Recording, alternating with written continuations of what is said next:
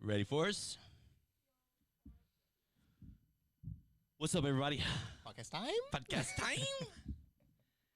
Bryson Grizzle. The one and only. The one and only. Yeah, I'm on the podcast that I watch every week. So How cool is I this? feel pretty important. I feel pretty important. Bryson Grizzle is missionary to South Africa. Last week we had a missionary on the podcast, Johnny Moore, where Hero. he's awesome, man. Phenomenal, incredible what he does. But a lot of his stuff is almost secretive. It is. That's why he's so awesome. It is. It's not it the is. only reason, but that It makes is him pretty like, cool. Yeah, you're Like a your lady stuff too. is not secretive at all. At all. It's in your face. Anything I need to hold back from and not talk about, it's all in your face. Okay, so let's start here. You learned to surf. I didn't learn to surf. I tried to learn to surf. You tried to learn to surf. Yeah. And because you went to South Africa, and all the people in the church that you attend, they all surf. Yeah, every young adult in Port Elizabeth surfs. If you don't, then like people judge you hardcore. So you're like, you know what? I'm going to learn to surf. Absolutely. Because you didn't live near a beach around here. You lived 4 hours away from a beach. Exactly. Snowboarding. Snowboarding, you got got that. you. You're good. Thought it And was you fun. thought snowboarding and surfing have to be very similar. It would seem that way.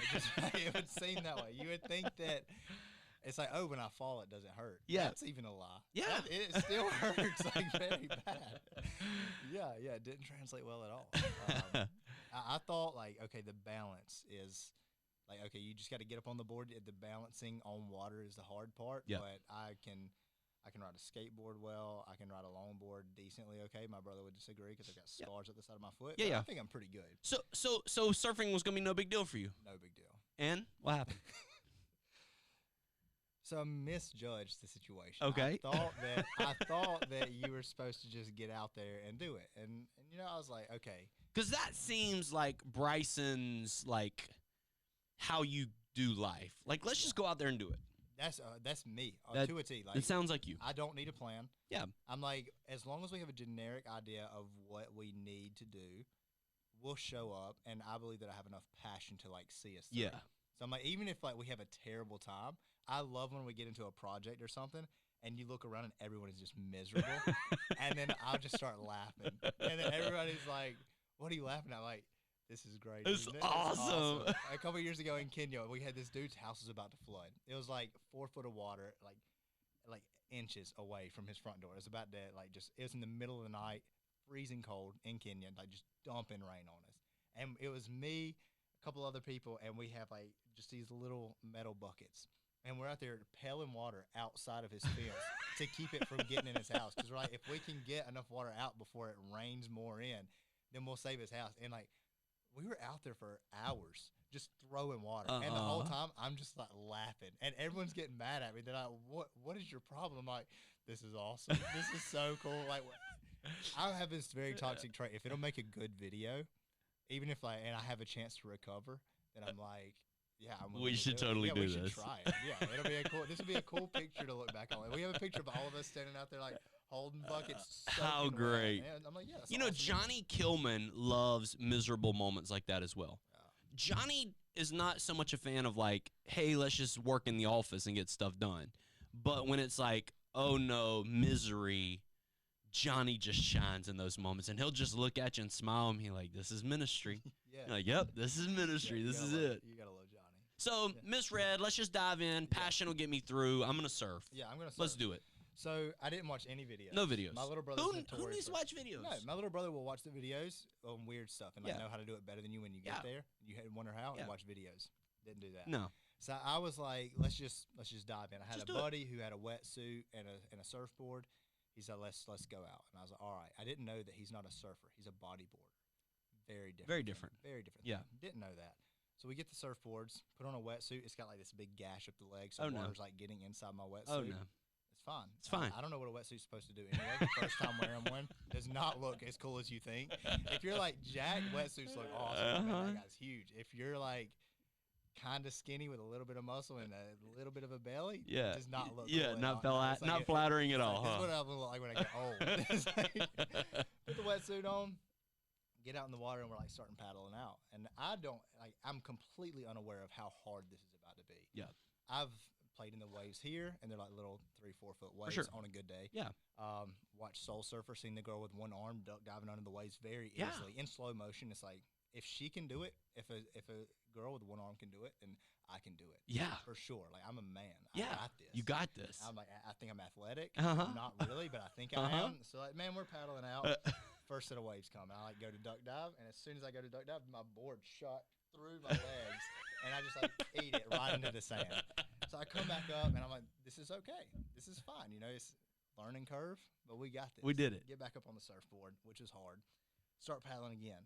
Another wave. Boom, hits me. Another wave. Boom, hits me. Come up, and there's like this very heavy set old dude, like bald-headed guy in his wetsuit that is not flattering either. Like, paddling by me just smooth, bro. And I'm like, my bun was on top of my head at the start. It's like on my face with seashells. Look like one of those guys from like Pirates of the Caribbean. Like, it's horrible. And this dude like looks at me. He's like, that doesn't look fun. And I'm like, this is not fun. This is not what I thought surfing was. Surfing has always been a dream. Like, I snowboarded because surfing wasn't available. Like, that was it. And so I'm like, get back on there, man, and just wave after wave after wave. I try to finally get out there to backline, go to catch the first wave. It like flips me over the board again. The fin smashed into my foot. I hit rocks on the bottom of the ocean. Feel like I'm in a washing machine. Go to swim, grab sand because I swam to the bottom of the ocean. Like, come back up, bro, dying. And after getting thrown like 10 times, I was like, I'm going to paddle back in. And so I paddled back in, watched my buddy not catch any waves because he can't surf. Because he doesn't know what he's doing. He didn't watch the videos. I then watched videos. It's like, get the biggest board you can find. My board was shorter than me. It was like, go with someone who knows what they're doing. Nah, I didn't do that. Had no idea. No clue. Don't go to back line. We went to the very back line. It's like, ride small waves. Port Elizabeth and like Jeffreys Bay is known as one of the surf capitals of the world. Like, it's called super tubes because there's 30-foot waves. Yeah. Yeah. I'm getting there, though. Yeah. I've caught 2 waves now. 2 waves. Nice. I'm impressed with myself. I'm not gonna lie. So 2 waves. Now you've come back to Myrtle Beach. You're here for a couple days, and you see the waves out there, and you're like, look at these kids trying to catch these waves. But I'm like, oh, you call those waves? Those are way smaller than ones my friends surf. And the super tubes. I'd make this joke with my little brother because they always give me a hard time. It's something that a lot of missionaries face. Like, no matter where you go, you have stories. And so my friends in South Africa give me a hard time, and then my brother gives me a hard time here because they'll be like, oh, we have this big store with cameras. And then we go in, and it's like they got like 12 cameras. Yeah. And I'm like, oh, in America, we have this store called Best Buy. Yeah. And they're like, oh, wow, in America? And so now I've like kind of stepped into that. So the other day we were out at one of the islands. We were shark fishing, and my little brother, he said something. He's like, oh, man, there's some dolphins out there, and there's like 5 dolphins. He's like, that's the most dolphins I've ever seen. I was like, well, whenever I was flying an airplane in South Africa over Jeffreys Bay, one of the surf capitals of the world, we seen like 50 dolphins just swimming around down there. And he's like, yeah, I'm sure you did. That's wild. Like, so you have this cool, Johnny and I talked about this battle of you're on the mission field doing work for the Lord. You are going to hopefully get your pilot's license. You're how many hours away from it? I'm not sure exactly on the hours, but I only have like 3 or 4 flights left. 3 or 4 flights left. Testing is what's held me up, but I couldn't finish the testing until I got my student visa. So I now have that. So that's one of the reasons you flew back into the States, right? Get student visa. Okay, so you're going to be piloting planes that are going to be taking stuff or people into remote areas of Africa to share the gospel. Isn't that the coolest thing? It's crazy. I literally, I thank God all the time. Thank you for my calling, because this is the coolest thing I can imagine doing in my life. It's crazy. But then the flip side is you get to surf Tunnel Bay or whatever it's called. Tube Tunnel. Tunnel Springs, whatever it's called. Yeah, Super Tubes. Super Tubes. Yeah, and I had a really awesome moment. One day we were probably 3 months in Port Elizabeth, and we were past the moving there and not knowing anybody at all. When we moved there, we didn't know anybody. Never met a single person in South Africa. Land in the airport with my wife and 2 boys, and we got like 16 suitcases, and we're coming to the airport. Just you don't even think about getting there and trying to get settled, but you don't think like I got to get Wi-Fi, I got to get a car, I gotta furnish my home. I mean, there's so much, it's overwhelming. It's like you can't just go to Walmart. Yeah, there isn't a Walmart. You can't just go to Sam's Club. There isn't one. I mean, you got to figure out where am I going to buy groceries, where sells meat that I can eat without worry, and where can I get clean water at. I mean, all these things. But we were like 3 months in. I had Wi-Fi in my house. I had bought a car, and I remember I had left the airport. I had went on a sunrise flight, and it was just like the most beautiful flight that I had been on. And I was going to meet some friends at the beach because we had like this little stint of free time. And so I'm like driving in this Land Cruiser that I had bought. That was like just an awesome car. And then had my surfboards in the back, had just landed from training to be a bush pilot. And we had to land in a grass runway that day. So it was like a little glimpse of what's cool. like, what's coming. And I was just like, man, this is what happens when you chase after God. Yeah. I have a saying that I live my life by. I put it on everything. So you can't get lost chasing Jesus. Amen. And I'm like, man, like, this is where that's brought me. How beautiful is and like there's struggles, but the beauty that comes with it is like in the middle of the night seeing like I've been paling water for the last 3 hours and my back's about to fall off, but I just saved someone's home. Yeah.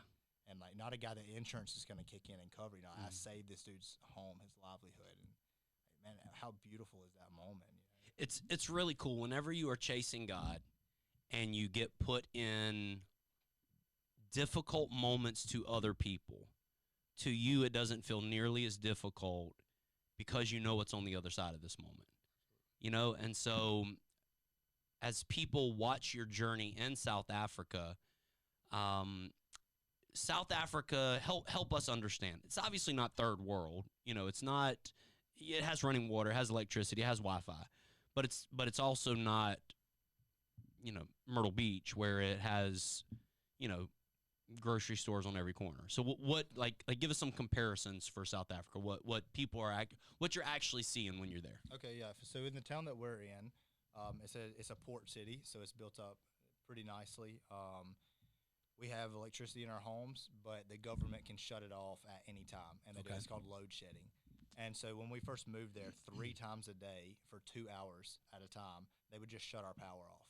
So you have a refrigerator and the power just gets shut off. Everything. So it was our first night there. We had kind of unloaded some of our things, like taking showers, and then Anna and I were going to cook dinner. We were going to eat lasagna. We put a lasagna in the stove, and then our power just boom, out for 2 hours. Wow.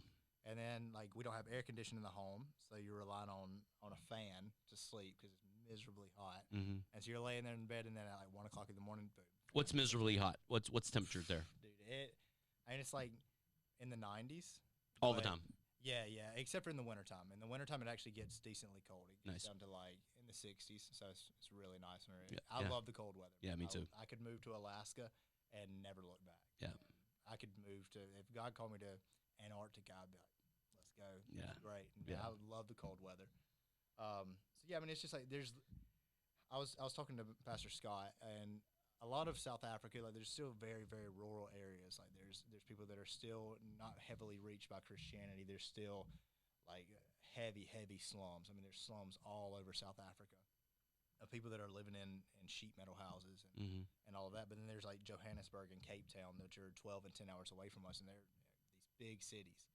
But it almost gets exhausting at times because they have in Kenya, you knew what to expect. Yeah. It's like, okay, I'm gonna go eat ugali and wet fry today, and it's just like white paste that has no taste and some meat and some sauce that I hope is good. And you know that. But then in South Africa, it's like, okay, let's go get a cheeseburger, and it's almost as good as our cheeseburgers. Yeah. It's not as good. It's much more healthy because there's like no preservatives or chemicals in it. But it's almost as good, but not quite as good. So okay, let's go get a soda. It's almost as good, but it's not as good. Let's go get a coffee. Almost as good. And then even to your house, like our house is beautiful, but there's not electricity 24/7. There's not hot water 24/7. There's no air condition, and so it's like this house is beautiful, but it's not as good as my house in America. Yeah. And so it's almost like living in lukewarmness all the time. Okay. Like you get your hopes up really, really high. So like there's an awesome new burger place opened up, and then we go there and like. It's okay. It's okay. It's okay. And like I said, you even go into the camera store that's supposed to be like this big camera store. Yeah. You know, there's legit like 15 cameras that are 5 years old came out. You know, and it's awesome. And you don't want to be like, a jerk and put down these things that they're so proud of. But coming from, somewhere that is as beautiful and as powerful and as wealthy as America, whenever you go into these situations, like you feel spoiled.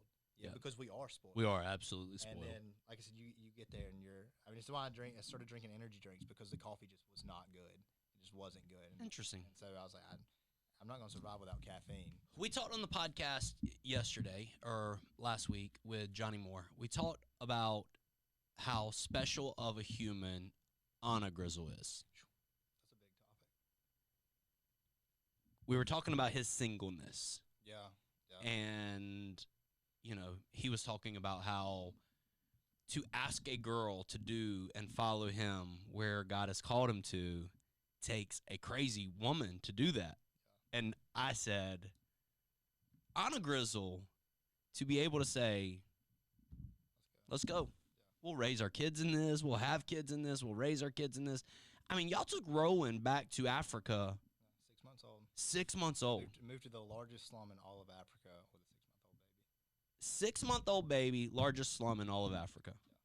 Yeah. And he stayed there until he was a year and a half. Yeah. A year and a half. So he stayed there for a year. Yeah. Took both of them. Julian was 6 months old or just a little over when we moved to South Africa, like I said, with no contacts.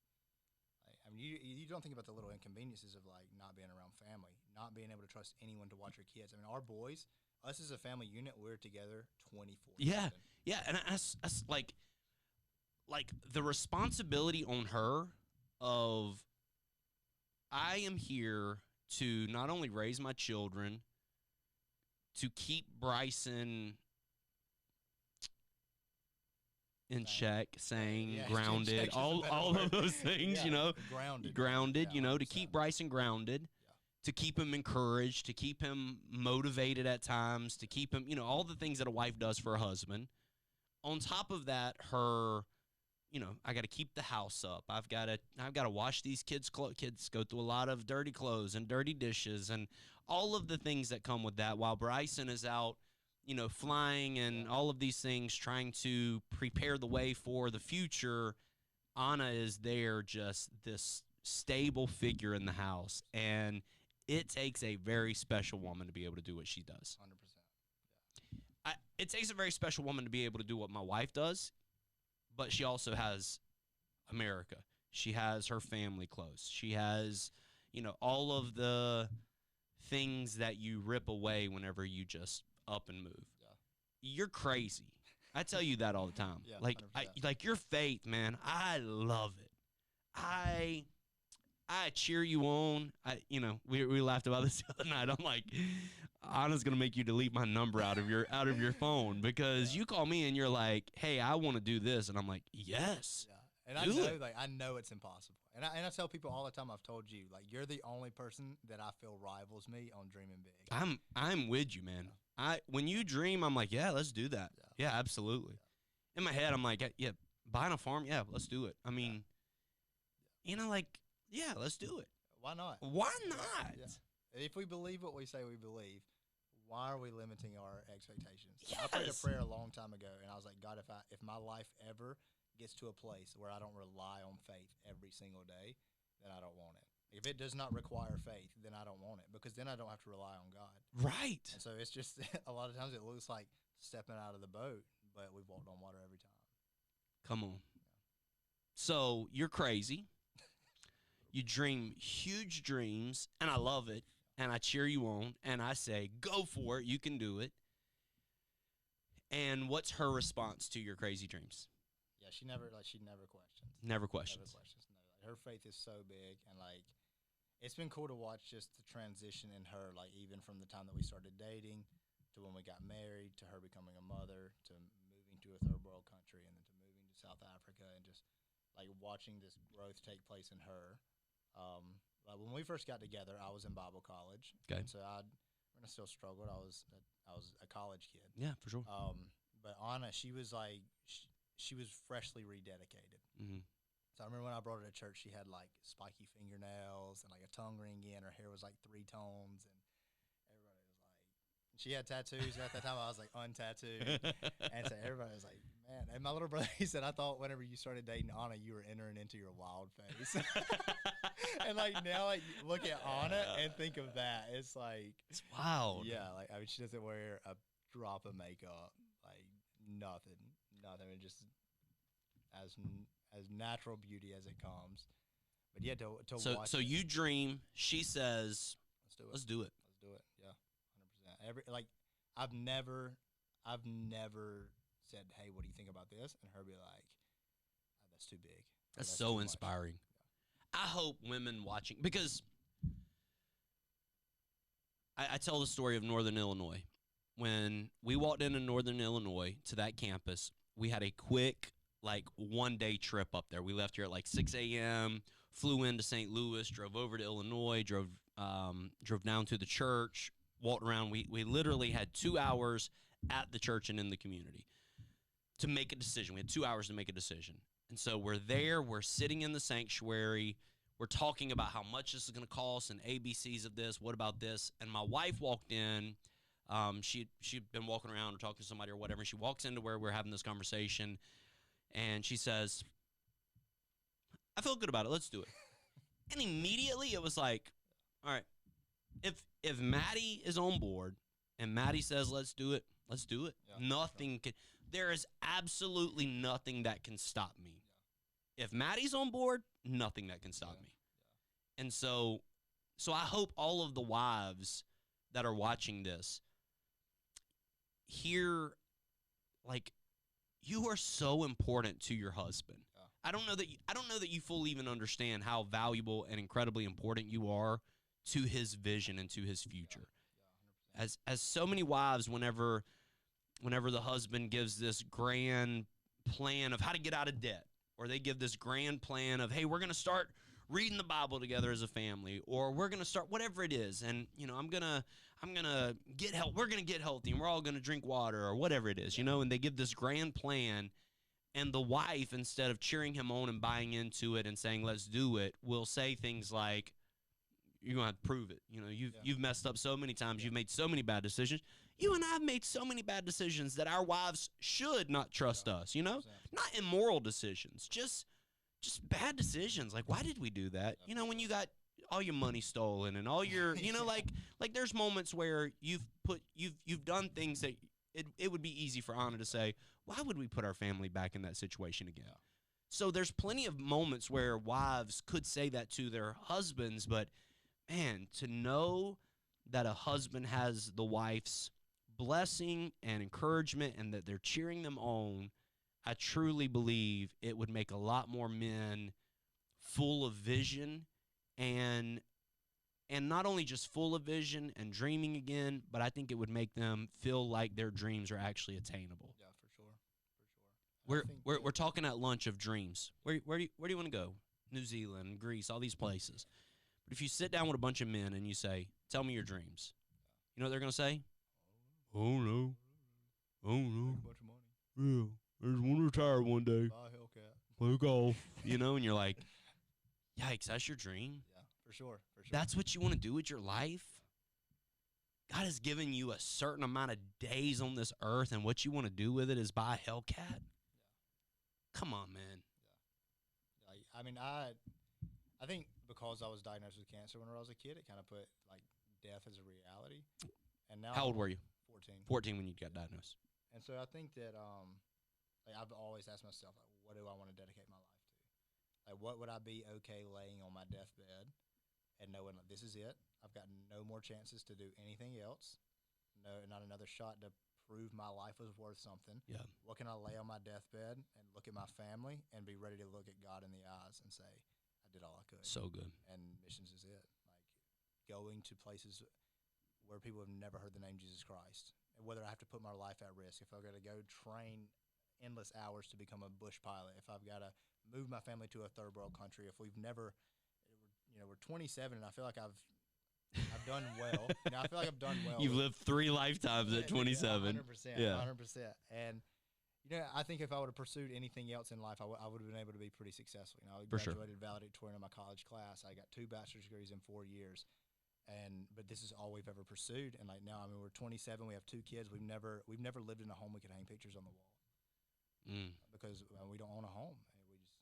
Even where we live in South Africa, we rent right now. We've never owned a home where we could hang pictures on the wall. And like, that's a sacrifice that we've made. But if I make those sacrifices so that someone can hear the name Jesus, then how can I be upset about that? Yeah. Like, who do I feel? I've never owned a home. That's so sad. No, but I made sure that someone had a chance at eternity with Yeah. Christ. I'll make that sacrifice. Johnny Moore and I were talking last week about his parents are building a new home, and in that home he's saving money so that he can finish out the apartment above the garage so that when he comes back to the States he has a place to go to. It's like the life of a missionary that people don't fully understand. It's like we may see you getting to go on really cool hunts. And you getting to, fly in really cool situations, and you getting to surf in amazing beaches, and those things that are glimpses on maybe social media that you post. Because we post the good stuff. Yeah, you post the good stuff. Yeah, I'm having a terrible day. Right, I'm not going to post that. Yeah. But we never see that stuff. Yeah. You never see Julian crying and Rowan having a meltdown and Anna having a meltdown and you sitting there in the floor with them thinking, man, I wish my family lived close enough that they could come over and hang out with us. And not only close enough, they're not even near time zones. What's the time difference between us and 6 hours. 6 hours. 6 hours ahead in South Africa. So by lunchtime, you better call us by lunchtime or we're in bed, Absolutely. Or vice versa. Yeah. So people don't see that. And so they see the cool moments on social media and they say, man, Bryson's living a good life over there in South Africa. And we are. It's because you are, because this is what you've committed your life to chasing after. Yeah. I mean, from 17 years old, that's what people miss the most. I didn't decide to be a missionary last year. I didn't decide to move to South Africa 8 months ago. I've been on this journey, and it's been nothing but this since I was 17 years old. I sacrificed partying in college to go to Bible college. Yeah. I sacrificed pursuing a career to raise funds to go live on the mission field and to build connections to keep us there. Mm-hmm. I'm 27. I've been pursuing one thing, and that is missions for 10 years now. Incredible. And people miss that. But my goal on social media isn't to make people feel like I'm suffering enough to justify their giving. Is to inspire young people to get on the mission field. Amen. And if I'm just showing you how terrible my life is all the time, there's not a single young person that's going to want to do that. Man, that's incredible. I'm not trying to suffer enough to justify you giving. I'm trying to inspire the next generation to come to the mission field. People want to see their missionaries suffer. I don't know why, though. They do. Yeah, I totally get it. They want to see you miserable. I totally get it. Justify, why am I giving my paycheck for you to live a good life? Yeah. It's like you're not paying me. You're investing in the Great Commission. Yeah. And like this, it's a partnership. But we don't see that. People don't see it as a partnership. They see I'm giving my paycheck for you to live the life, and based on how well you're living, based on how good I feel about my investment. Man, I'll give you $20 to watch you suffer, but I'm not going to give you $20 to see you go eat a steak. Ooh. We're stepping in there. Ooh. Yeah.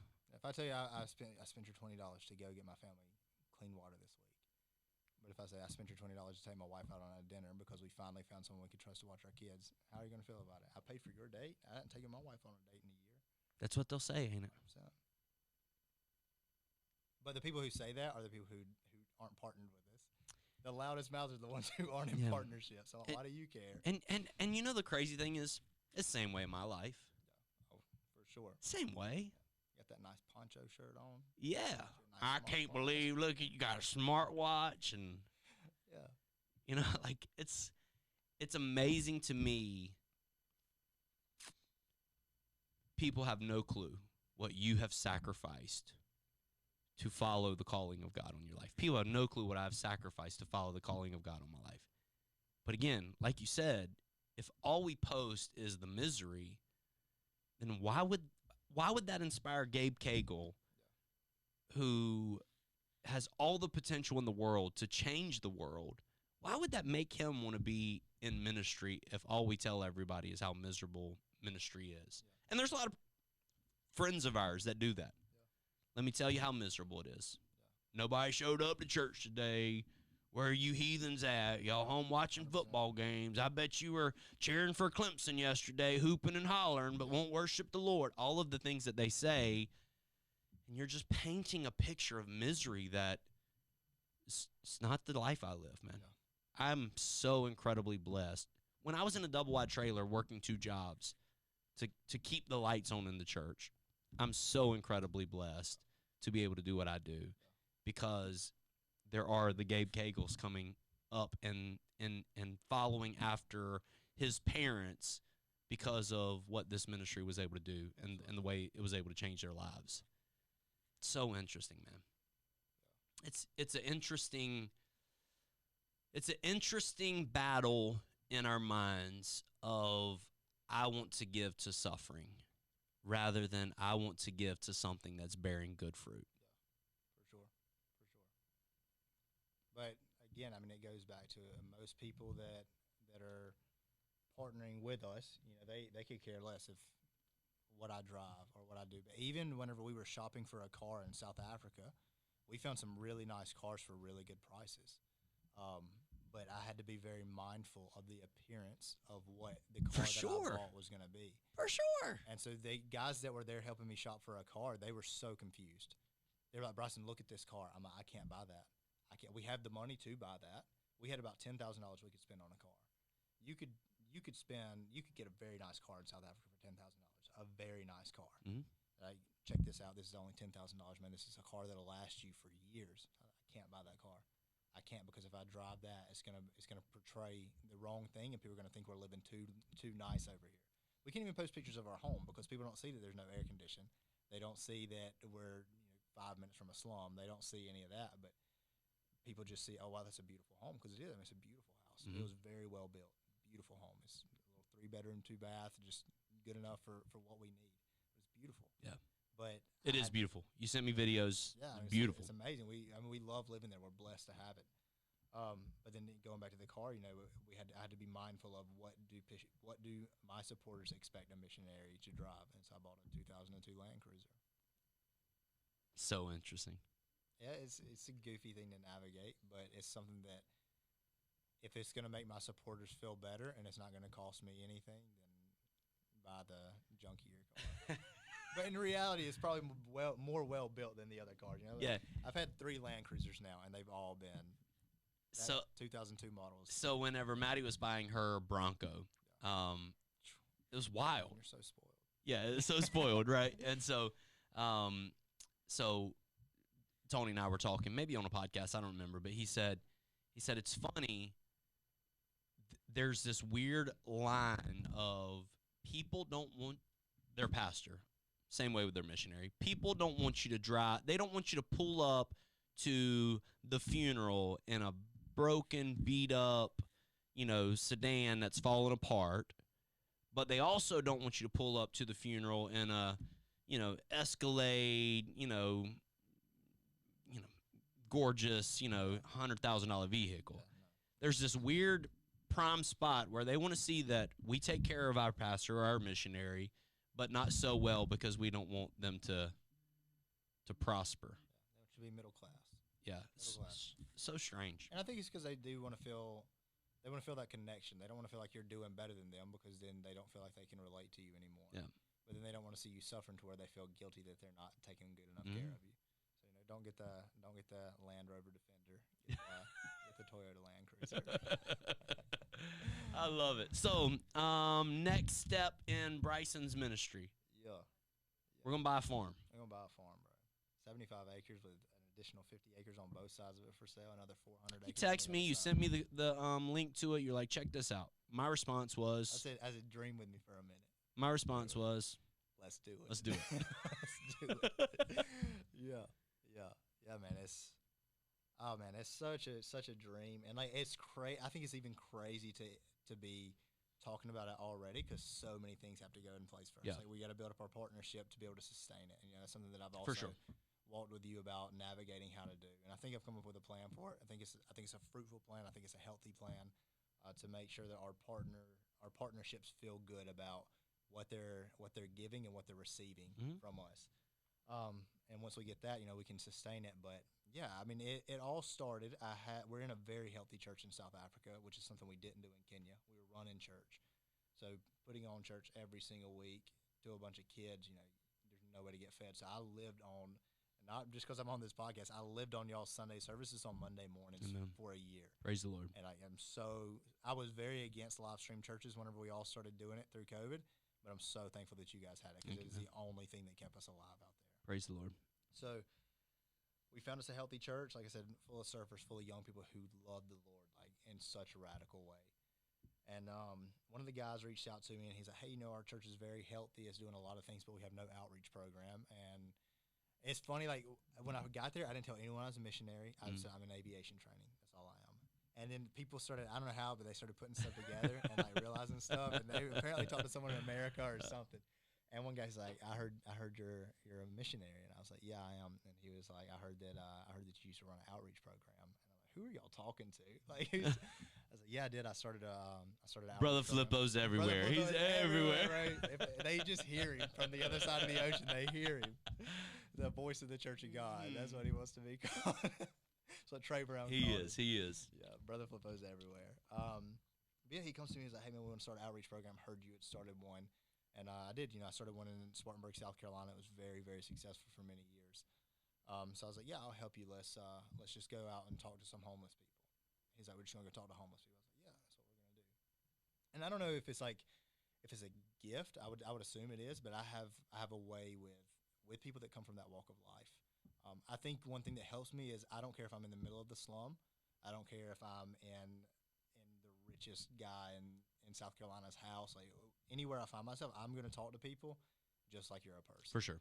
I don't see wealth as, some of my best friends are from the slum. Some of my best friends are crazy rich. Yeah. That's just who I am. I just see people and I love people. Absolutely. So I said, we're just going to go talk to homeless people. And he's like, all right, cool. So he comes and picks me up. He's like, where are we going to go? I was like, wherever you see the most homeless people at. You said you wanted to do this. He's like, okay. So we start driving to this place called Central. And it's an area of town where a lot of Nigerians have migrated to. And they've taken over that area. So we get into town and he's like, so what are we going to do today? I was like, I've got two things that I want to do today. So I want to find out what drugs people are on, and I want to find out what gang is in charge. And he was like, okay, how are we going to find that out? I said, we're going to ask them. He was like, you're just going to ask them. I was like, yeah. He was like, and they're just going to tell you. I was like, yeah, they'll tell me. He was like, bro, this is stupid. I promise you they'll tell me. I was like, if I can find 3 people to talk to. Because Bryson Grizzle is nuts. I mean, homeless people spend so much time lying to everyone in front of them. Yeah. I'm not on drugs. I'm not an alcoholic. I want to go buy food. And you're giving them an opportunity to have an honest conversation. Yep. They're not going to miss out on that. A few might, but for the most part, if you approach it from the right way, and if you have the Holy Spirit on your side, they'll talk to you. For sure. So I was like, if we can find 3 people, I'm confident I can find out those 2 things. Walk up to the first guy. He's this old guy, probably he looked like he was in his 80s, but he was probably much younger. But tell he lived a hard life, carrying a backpack full of supplies, and talked to him for a few minutes, just kind of getting his backstory, and then felt like it was the right moment. I was like, all right, man. I was like, what's keeping you out here? So I just can't find work. And I was like, yeah, I get that, because there's no work in Port Elizabeth at all. I was like, what's keeping you out here? He's like, just, can't find a job. I was like, no. I said, what made you lose your job? I was like, I'm just going to be blunt and ask you. I was like, what's your substance? I'm not on any substance. I said, we both know that's a lie. Like, come on, man. We both know it's a lie. I was like, I'm not here to judge you. I'm not here to put you down. I was like, but I want to help you, and I can't help you unless I understand the situation. I was like, what's your substance? And he tells me about this drug that's in the city. And he said, that's the drug I'm on. I was like, okay. Like, who's in charge? And it's a gang called the 26s. I was like, okay, cool. So we talked to him for a little bit longer. I was like, what could I do to help you get out of your situation? I said, because if I give you money, we both know where it's going to go. He said, you're right. I'll spend it on drugs before the end of the day. I said, if I take you to the restaurant right there and buy you food, you're going to be hungry in a couple of hours. What can I do to help you? He said, if I could just get one more shot, I would make it this time. I said, okay. So we talked to him, we prayed with him, move on. Shortly after, these 2 guys come walking up, eyeballing us. They talked to the other homeless guy. Just the demeanor that they walked up with, the way that they were looking at us, looking at our pockets. They touched the homeless guy we were talking to, and like the way that he moved, I was like, that's the 26ers right there. And so I just kind of put it in my mind and watched them watch us kind of go around the corner and go up to another homeless guy. Same thing, man. What's your story? And he was immediately, he's hooked on drugs. I can't get off drugs. I lost my job, can't find another job. And I was like, who's in charge out here? He's like, those guys that just walk by you. I was like, I knew it. Street smarts are kicking in, man. All that time in Kenya paid off. And so Dang, you got brain smarts, valedictorian, and street smarts? Come the on. brain smarts aren't there, bro. It's just hard work. I got enough brain to understand what I study really, really hard. But we go talk to him, same thing, pray with him, ask him, what could I do to help you? He's like, if I could just have one more shot, man. And like, I don't think you understand the level of poverty and lack of like infrastructure in Port Elizabeth. It's not that people aren't willing to work. Every single day, homeless people put on coveralls. They grab a bucket of whatever tools they have, and they go stand on the side of the road, not holding a sign, please feed me. They're just looking for work, hoping a farmer will drive by and pick them up and take them to do a job so they can feed their family. And these guys are willing to work. And work for 10 bucks a day? Not even. Like $3 a day. $3 a day. And, I mean, they get in that situation because they might lose the only job that they've had, and then they can't find another job. So, of course, they turn to drugs. There's nothing else to turn to if you don't know the Lord. And then, I mean, it's so bad that the guy who runs my aviation school, his daughter's boyfriend is a marine biologist. We live in Port Elizabeth. It's a port city. The ocean surrounds us. We live on the tip of South Africa, and he had to go to Dubai to find work. Wow. My flight instructor is a commercial pilot. He makes $10 an hour training me how to fly because he can't find more work. He can't find a job with an airline. There's no work. And so these homeless guys, they lose their job. There's no other work for them to find. They get tired of standing on the corner hoping that a farmer will come that never comes, and then they just turn to drugs. And so we get back in the car, and I was talking to my buddy Jared. He's actually a missionary to South Africa from Mexico. Nice. And so we're talking, and he is like, you got to meet Jared. He's hilarious. He's like, bro, that was so crazy. Those guys are just like telling you everything that you wanted to know, and you're just like, hey, bro, what drugs are you on? And they just tell you. It's amazing. And I was like, yeah, bro, that's how it works.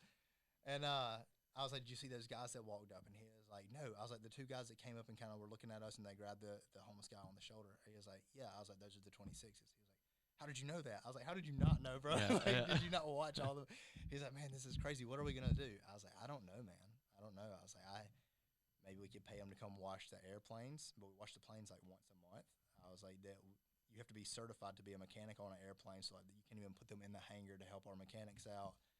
And then I was like, maybe we could start a car wash because that's something we had done in Kenya, and it turned out very well. But there's car washes everywhere. So maybe a barber shop. I've got in with some guys that own a barber shop out there, and I was like, that's going to supply like 3 guys with a job. So I'm just thinking, and it goes all the way back to whenever I was 16 years old, wrestling with my calling. The day that I accepted my calling, I was working on the farm that I grew up on. I remember I was out there like cleaning up after the animals, and we had this pitchfork thing. It like has a basket on the bottom with pitchfork fingers that come out the end, and I had like just a big scoop of animal crap. Like this, I mean, this, when I preach this, I'd say it a lot nicer, but it's just a big scoop of poop. Yeah, and I scoop it up, and I was wrestling with God and arguing. I was like, God, look at me. Look at me. Look at what I'm doing. I'm talking to God just like this. I was like, look at what I'm doing. I was like, I'm a homeschool farm kid from the Gaffney, South Carolina. I'm shoveling up animal crap. Like, I'm worthless. Why would you call me? And I knew I was called to be a missionary. Known since I was 10 years old. I was like, why would you call me? Look at what I'm doing. And God spoke and he said, look at what you're doing. And I knew the significance of what happened in that moment, but I've never known until now what the significance of what I was doing in that moment. He spoke and he said, look at what you're doing. And I was like, I'm shoveling animal poo. Look at me. Like, exactly. And he's like, I've been preparing you your entire life for what I've called you to do. And it was in that moment that I accepted my calling. And I knew what God said, but I didn't realize what I was doing. I was driving down the road, and I was like, man, what could I do to employ these guys? I was like, what if we had a farm? What if we had a farm to where we could bring these guys into a rehab? We could use the rehab to work the farm, and then we could use the livestock and the produce from the farm to feed the slums and the orphanage. So you're not only giving them employment, but you're giving them purpose by allowing them to invest back into their own people. And what if we could go out back on those same streets, find those same guys, and say, what would it take for you to get back on your feet? They say, I just need one more chance. Get them in trouble. Here's your chance. Let's go to the farm. Come on, man. Come on, man. Come on. That's why I read stuff and I go, let's do it. Let's do it. Let's do it, man. Yeah. Incredible. 75 acres. This is why missions is so important. Going into all the world is so important. not being stuck inside of the four walls of your church, even what I'll call local missions outreach ministry is so important, because there are people looking for one more chance, and we have a chance for them, for their life to be forever changed, their eternity to be forever changed. So thanks for hanging out with me. No, man. Thank you. Appreciate you. Coming here. Your family's amazing. Praying for y'all. Hopefully somebody watches this. They're like, man, I'm a millionaire. How much would this acreage cost? If so, reach out to us. We'll connect you. Or a young person says, I want to get involved. Young person says, we host year round. I want to be a part of missions. We got a place for you. Right now. Excited for y'all. All right. Love you guys. God bless. Thanks for hanging out with us. Peace out. Let's go.